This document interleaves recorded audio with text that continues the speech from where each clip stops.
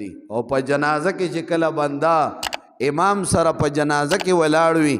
نو په جنازه کې هم د مقتدی د پاره امام پسې تکبیر ویل دا لازم دی سلور تکبیرونه چې امام وی الله اکبر بنده به پسې شاته مقتدی به پسې الله اکبر وی او دا بیا د ډومبي تکبیر نه بعد دا ثنا ویل دویم تکبیر نه بعد درود شریف ویل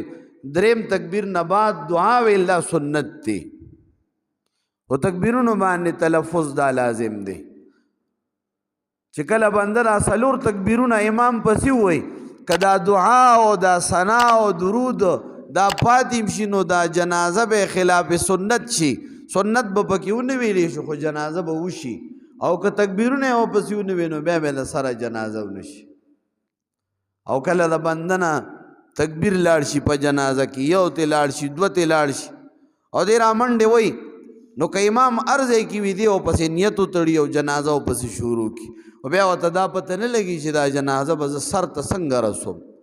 نو که څوک د جنازې مونځ لرالل او امام په جنازه باندې ولاړو یو تکبیر دوی ویلو نو دی به فورا نیت نه تړي بلکې دی به را روان تکبیر ته انتظار کوي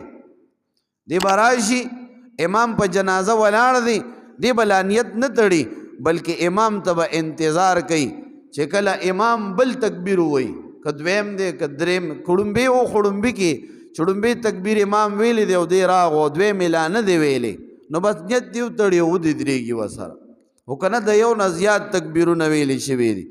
دوه ویلی شوي دي یا درې ویلی شوي دي او یو تکبیر دوه پاتې دی نو فوراً به بنده جنازه کې نه شاملېږي بلکې دی به د امام را روان تکبیر ته انتظار کوي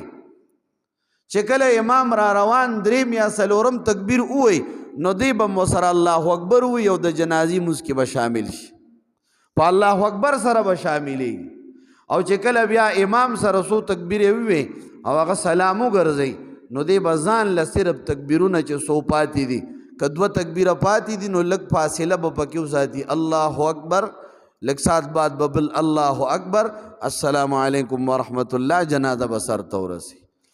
که یو پاتې دی نو هغه یو تکبیر هغه به ووایي لږ فاصلې سره او بیا به سلام وګرځي نو د جنازې مونځ به صحیح شي دا صحیح طریقه ده د جنازې په مونځ کې د شاملېدلو دا نه چې بنده راغی او بس هر ځای کې الله اکبر وي او ور شامل شو نو په بنده باندې دومره علم دا فرض دی په هر بنده نارینه زنانه باندې طلب العلم فریضة علی کل مسلم رسول الله صلی الله علیه وسلم فرمائی د علم طلب کول دا لازم دی فرض دی په هر مسلمان باندې څنګه چې مونځ کول فرض دی څنګه چې روژه نیول فرض دی څنګه چې زکات ورکول فرض دی څنګه چې په صاحب استطاعت باندې حج کول فرض دی دغه شان د علم زده کول دا په هر بنده باندې فرض دی او لازم دی څومره علم چې دی په خپله زندگی تیرولی شي دی مونځ کوي د مونځ مسائل ورته یاد وي اودس کوي د اودس مسائل ورته یاد وي غسل کوي د غسل مسائل ورته یاد وي دی جنازه کوي د جنازې مسائل ورته یاد دي دی زکات ورکوي د زکات مسائل ورته یاد دي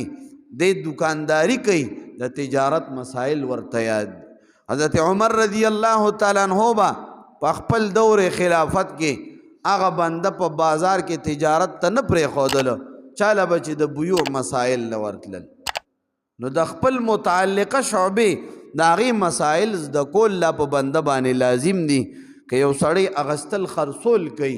نو دی به ځان د دې نه خبروي چې د خرڅولو کومه طریقه جایز ده او کومه ناجایزه ده د اغستلو کومه طریقه جایزه ده او کومه ناجایزه ده په کومه طریقې کې ګناه ده او په کومه کې ګناه نشته دی دی به د دې نه ځان خبروي که یو بنده هغه دکانداری کوي د دکاندارۍ د اصولو نه به ځان خبروي دا په ده باندې لازم دي د هر بنده متعلقه چې کومه شعبه ده د هغې نه به ځان خبروي